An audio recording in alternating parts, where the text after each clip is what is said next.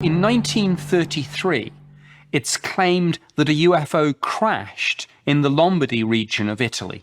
And I knew what it was. I knew it truly was a UFO. This is the burial site of an alien whose aircraft crashed into a windmill on April 17, 1897. The Trinity UFO Mystery. In August 1945, something strange happened in New Mexico's Jornada del Muerto desert just after the first atomic bomb was tested. Two young boys, Jose Padilla and Remigio Baca, were working at Rancho Padilla in San Antonio, New Mexico, when they saw a bright light in the sky, followed by a loud crash. Curious, they went to the crash site and found a strange object shaped like an avocado with a protruding part. This discovery would change their lives forever. New descriptions, new interviews that nobody has seen before about Socorro. In all three cases, it wasn't a disc. It wasn't a flying saucer. It was an egg-shaped object. The U.S. Army quickly arrived and took the object away. The boys were left with many questions and a sense of wonder. The military's secrecy only made them more curious, and they started experiencing strange things. Jose found strange metal pieces on the ranch, and Remigio heard eerie whispers in the wind. The witnesses hadn't spoken for 65 years. Why? You know, the Air Force hadn't spoken. Well, there was no Air Force in 1945. There was an Army Air Force. As these events happened, the boys realized they had stumbled upon something big, something that challenged their understanding of the world. Jose and Remigio's families, the Padillas and Bacas, were respected in the community. Their ranches near the Trinity site showed their hard work and dedication. However, the atomic bomb's detonation had already affected the families, causing Jose's mother, Inez, to lose sight in one eye. The family's lives became connected to the mysterious events in the desert that day. Over time, the consequences of the bomb's explosion worsened, and the government's neglect and disregard for the residents' well-being darkened the community's history. The Trinity UFO incident remains a mystery, a reminder of the unexplained forces in our reality. Those who witnessed it still feel its impact, showing the power of the unknown. It has become a cautionary tale, warning against exploring the universe's secrets too deeply. Yet the unknown still attracts us, promising revelation and understanding. The Trinity UFO Mystery calls us to explore the uncharted territories of our existence. Trinity, we've got new witnesses and more information that has come forward. But what Trinity, I think, represents for me is the possibility of this being the first crash retrieval and one of the first times that the Department of Defense, and certainly there in New Mexico, where so much high-level security stuff was going on at that time. A mysterious object crashes in Italy. In 1933, something strange fell from the sky in northern Italy. The government kept it a secret for many years, but new information has recently come to light. David Grush, a former U.S. intelligence officer, has made a shocking claim. He says that American forces found a UFO in Italy at the end of World War II and brought it back to the U.S. In 1933, it's claimed that a UFO crashed in the Lombardy region of Italy. Many people are interested in this claim, but they also have doubts. Roberto Pinati, an Italian researcher, has been investigating this event for years. He says he has found documents that prove the crash and the government's involvement. These documents include old telegrams that warn of severe punishments for anyone who talks about the incident. According to some accounts, the UFO crashed near the city of Magenta, just 80 miles northeast of Mount Musinay. The craft was found to be unoccupied, and unlocking its secrets became a top priority. Pinati believes that the Italian leader, Benito Mussolini, started a secret project called Gabinetto RS-33 to study the UFO. He also thinks that the famous inventor Guglielmo Marconi was part of this project. While some people question these claims, Pinati's findings have sparked a lot of debate. The story gets even more interesting with the addition of Marco Negri, a local resident whose great-great-grandfather was the mayor of a nearby town. Negri shares a family story that matches the crash story, including details about a strange metallic aircraft without wings and a massive cover-up. While this story is intriguing, it's hard to verify its authenticity. Despite the doubts and lack of concrete evidence, the story remains fascinating. Was this really a UFO crash? Did the Italian government and American forces work together to hide the truth? The truth remains a mystery, but it continues to capture our imagination and curiosity about the unknown. The Aurora UFO Mystery. In 1897, a strange object crashed on a farm in Aurora, Texas. This event has remained a mystery for over 125 years, sparking curiosity and questions. The object hit a windmill on Judge G.S. Proctor's property, killing the pilot. People described the pilot as otherworldly and said they were buried in the local cemetery. A marker was placed at the grave, but it has since disappeared, leading to many theories. According to local legend and a Texas historical marker, this is the burial site of an alien whose aircraft crashed into a windmill on April 17, 1897. The incident was first reported in the Dallas Morning News on April 19, 1897. Despite many investigations, the truth remains unclear. Some think it was a hoax, while others believe it was real.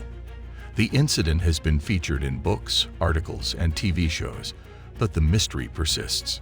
In 1998, a TV show investigated the incident, interviewing locals who claimed to have seen something crash. However, no concrete evidence was found. In 2005, another TV show found new eyewitnesses and a strange grave marker that seemed to show a flying saucer. But the marker disappeared, and the investigation was inconclusive. In 2008, a different TV show found a possible unmarked grave and a well containing aluminum and an unknown element. Townspeople went rushing up to the site, and they found debris scattered everywhere and a very charred alien body, which we've named Ned, and we believe Ned's resting place is right behind us here under this tree in the cemetery. The incident has been dramatized in films and TV shows, but the truth remains a mystery. Was it a real event or a hoax? Was the pilot an extraterrestrial being or a human aviator? These questions remain unanswered, but the incident continues to fascinate us. Over the years, many theories have emerged, but none have been proven. Some believe it was a UFO from another planet, while others think it was a military experiment gone wrong. Some even think it was a hoax perpetrated by the town to attract attention. Despite the many theories, the truth remains elusive. The incident has become a legend, a story told and retold around campfires and in books. But the mystery remains, a reminder that sometimes the truth is stranger than fiction. Something happened here. There's actual physical evidence of explosion on this hill. Scientists have found debris scattered in the trees and rocks up there. So we don't know exactly what happened, but to say something didn't happen is probably pretty naive. A mysterious UFO crash in Missouri. In the early 1950s, people in Missouri started seeing strange objects in the sky. Since then, there have been over 1,857 reported UFO sightings in the state. But one incident stands out, a UFO crash in southeast Missouri that happened in 1941, 6 years before the famous Roswell crash.